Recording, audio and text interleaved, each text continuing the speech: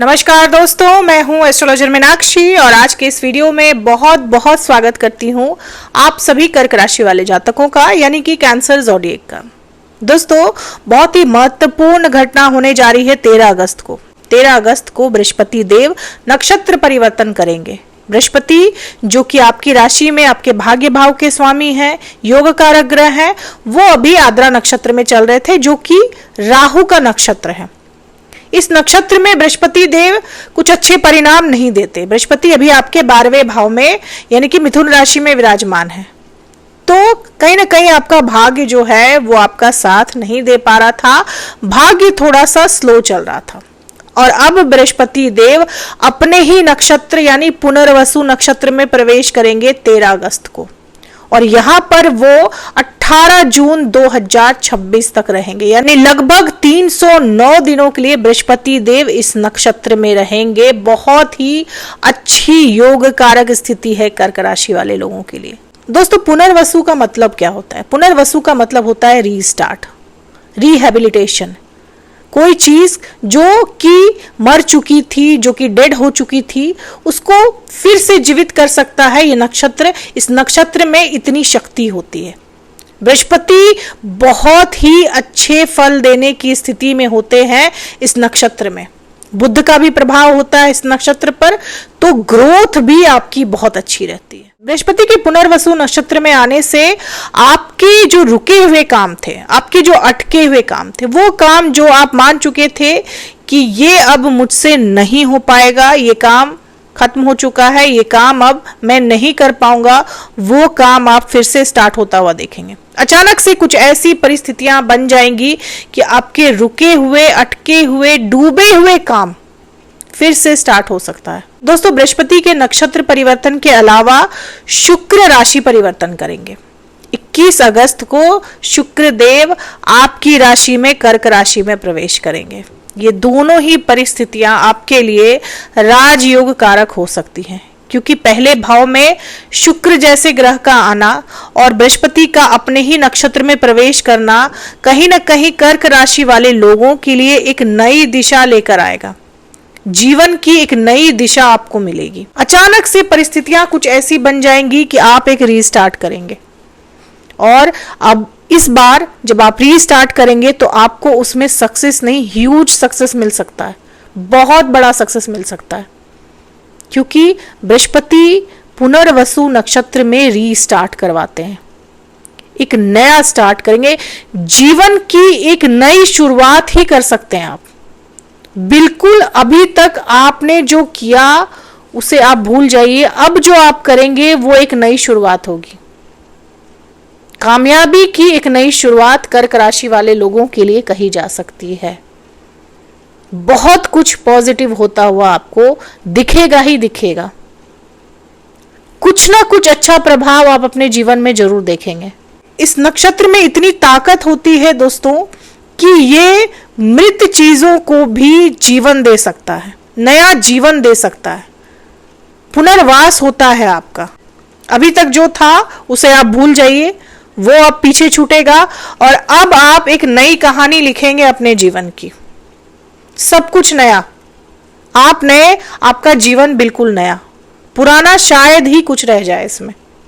आपकी सोच बदल सकती है, सोचने का तरीका बदल सकता है, आपके काम करने का तरीका बदल सकता है, आपका काम बदल सकता है। हो सकता है अभी तक आप कुछ और कर रहे थे और अब आप अचानक से कुछ नया शुरू करें। इसके अलावा शुक्र जब आपके पहले भाव में आएंगे तो आपके वैवाहिक जीवन में भी एक नया बदलाव आएगा। ऐसे लोग जो अपने वैवाहिक जीवन में जूझ रहे थे, संघर्ष कर रहे थे, वैवाहिक जीवन से बिल्कुल भी खुश नहीं थे, हो सकता है कि वो भी एक नया स्टार्ट करें। हो सकता है कि आप पुराने संबंध से निकलकर किसी नए संबंध की तरफ आगे बढ़ें। इसकी भी गुंजाइश है, क्योंकि अब आप नेगेटिव चीजों में नहीं रहेंगे, आप डार्क चीजों से निकलकर एक रोशनी की तरफ बढ़ेंगे। हो सकता है कि पुराना रिश्ता ही आपका एक नए तरीके से आप शुरू करें, या फिर आप किसी नए रिश्ते की तरफ बढ़ जाएं। इसकी भी संभावना है, लेकिन अब आप डार्कनेस में नहीं रहेंगे, नेगेटिविटी अब आप नहीं बर्दाश्त करेंगे। इसकी पूरी पूरी संभावना है। नया काम शुरू कर सकते हैं, नया बिजनेस शुरू कर सकते हैं, नई नौकरी लग सकती है। दोस्तों, बृहस्पति 12वें भाव में बैठकर आपके चौथे भाव को देखेंगे। अपने ही नक्षत्र में रहकर बृहस्पति आपके चौथे भाव को देखेंगे अपनी 5वीं दृष्टि से। तो आप मकान, वाहन, इन सब चीजों में भी ग्रोथ देखेंगे। मकान बनाने की अगर अभी तक आपकी परिस्थिति नहीं थी तो अचानक से आपकी परिस्थिति कुछ ऐसी हो जाएगी कि आप मकान लेने की या बनाने की सोचे। इस तरह की परिस्थिति बृहस्पति देव बना देंगे। इसके अलावा अगर आपकी आर्थिक स्थिति अभी तक ऐसी थी कि आप पैदल चल रहे थे तो वाहन आ सकता है आपके पास। इस तरह की भी परिस्थिति बृहस्पति देव बना देंगे। पारिवारिक सुख में आपके इजाफा होगा, परिवार में सुख समृद्धि बढ़ जाएगी। अभी तक जो आर्थिक स्थिति थी आपके परिवार के, आपके घर की, वो नहीं रहेगी। आपका लाइफस्टाइल, लाइफ स्टैंडर्ड जो है वो ऊंचा उठ जाएगा। इसकी पूरी पूरी संभावना है। आने वाले 1 वर्षों में यानी 13 अगस्त 2025 से लेकर 18 जून 2026 तक आप अपने लाइफस्टाइल में एक बहुत बड़ा बदलाव देखेंगे। आपका स्तर अब ऊंचा हो जाएगा, आपका लाइफ स्टैंडर्ड बढ़ जाएगा। पारिवारिक कलह कलेश से भी अगर आप जूझ रहे थे तो उसमें भी आपको शांति महसूस होगी। आपके घर का माहौल जो है वो अब सुखद रह सकता है। शुक्र पहले भाव में आएंगे तो वैवाहिक संबंध में आप बन सकते हैं, आपका विवाह तय हो सकता है। अब दोस्तों, क्योंकि सूर्य का भी राशि परिवर्तन होगा 17 अगस्त को। सूर्य अपनी ही राशि सिंह राशि में चले जाएंगे 17 अगस्त को, लेकिन वहां पर केतु पहले से ही बैठे हुए हैं और सूर्य और केतु की युति बनेगी आपके दूसरे भाव। ये स्थिति पिता से मतभेद करा सकती है या फिर पिता से, परिवार से आपको डिटैच कर सकती है। केतु जो है वो साइलेंट डिटैचमेंट देते हैं। केतु झगड़े नहीं करवाते, केतु बड़े झगड़े नहीं करवाते, आप खुद ही कट जाते हैं लोगों से। तो हो सकता है कि पिता से मनमुटाव हो जाए आपका। अपने पिता से कुछ समय के लिए आप दूर हो सकते हैं, मानसिक रूप से भी दूर हो सकते हैं। हो सकता है फिजिकली आप दूर ना हो, लेकिन मानसिक रूप से अपने पिता से एक दूरी बना सकते हैं आप। आपके कुछ करीबी रिश्तेदारों से भी आप दूरी बना सकते हैं, यानी कुटुंब के लोगों से भी आप इमोशनली अपने आप को डिटैच कर देंगे, दूर कर देंगे। इस तरह की परिस्थिति बन सकती है सूर्य और केतु के मेल से आपके दूसरे भाव में, क्योंकि दूसरा भाव जो है वो धन, कुटुंब और वाणी का होता है। हालांकि सूर्य अपनी ही राशि में प्रवेश करेंगे तो धन की कमी आपको नहीं होगी, पैसा आपके पास आएगा, बचत भी आप करेंगे, लेकिन पारिवारिक संबंध आपके बिगड़ सकते हैं। पारिवारिक संबंध से उठकर अब आप अपने आप को महत्व दे सकते हैं, अपने बारे में आप ज्यादा सोच सकते हैं, आपको आगे क्या करना है इसकी प्लानिंग कर सकते हैं। आने वाले 1 साल आप अपने ग्रोथ के बारे में सोचेंगे, परिवारजनों के बारे में शायद आप उतना ना सोचें, क्योंकि आप लोग इमोशनल होते हैं और हर बार अपने परिवार की वजह से ही कहीं ना कहीं पीछे रह जाते हैं। लेकिन अब आप परिवार से ऊपर उठकर अपने बारे में सोचेंगे, अपने बारे में निर्णय लेंगे। बृहस्पति 7वीं दृष्टि से आपके छठे भाव को देखेंगे, यानी आपके सर्विस के भाव को देखेंगे। तो नौकरी में भी आपके हालात सुधरेंगे, तरक्की मिल सकती है, आपको प्रमोशन मिल सकता है, जॉब ही चेंज कर सकते हैं आप। हो सकता है अभी तक आप जहां काम कर रहे थे वहां आप छोड़कर किसी नई नौकरी में जाएं, किसी बड़े पद पर चले जाएं। इसकी पूरी पूरी संभावना है। एक न्यू स्टार्ट आप करेंगे, बड़ा स्टार्ट करेंगे, तो नई जॉब ले सकते हैं आप प्रमोशन के साथ।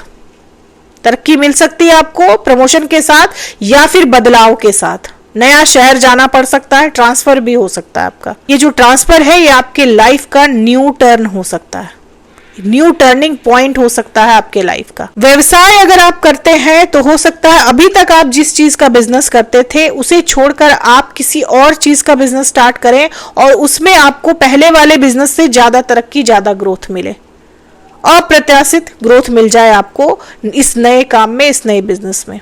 इसकी पूरी पूरी संभावना है।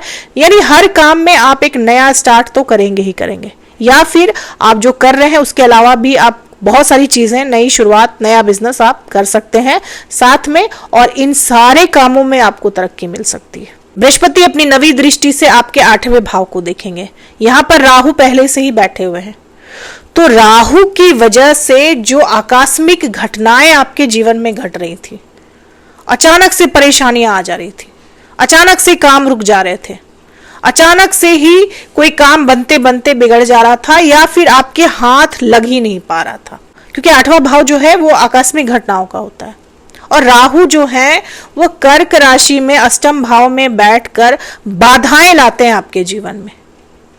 तो इस राहु को कंट्रोल करेंगे बृहस्पति देव। आपके जीवन में जो आकस्मिक परेशानियां आ रही हैं वो खत्म हो सकती हैं, उससे आपको निजात मिल सकती है, राहत मिलेगी आपको आपके जीवन की बहुत सारी परेशानी। इसके अलावा शुक्र की दृष्टि आपके 7वें भाव पर रहेगी।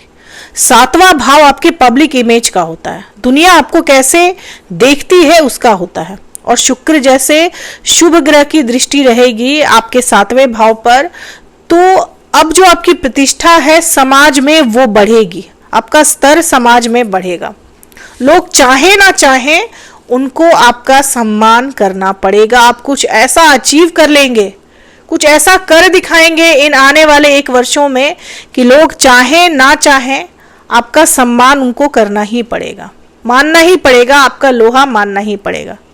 तो बहुत बड़े बदलाव के लिए आपको तैयार रहना चाहिए। बहुत बड़ा बदलाव कर्क राशि वाले लोगों के जीवन में आ रहा है। मैं कह सकती हूं कि अभी तक का सबसे बड़ा बदलाव आ रहा है। विद्यार्थियों के लिए भी बहुत अच्छा समय है। अगर विद्यार्थी किसी भी परीक्षा की तैयारी कर रहे हैं तो बिल्कुल लग जाइए। आने वाले 1 वर्षों में आपको बहुत अच्छे परिणाम मिल सकते हैं।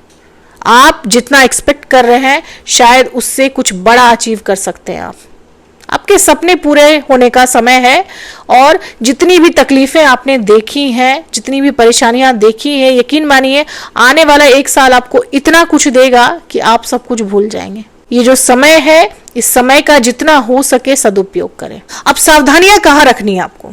दोस्तों, शनि आपके 9वें भाव में वक्री चल रहे हैं और मंगल आपके 3रे भाव में है। मंगल की स्थिति तो बहुत अच्छी है क्योंकि मंगल खुद से 11वें रहेंगे, तो संतान पक्ष से आपको कोई खुशखबरी मिल सकती है।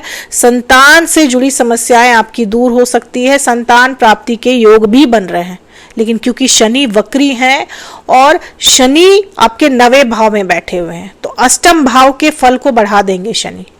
ससुराल वालों से झगड़ा हो सकता है, ससुराल वालों से प्रॉपर्टी को लेकर डिस्प्यूट रह सकता है।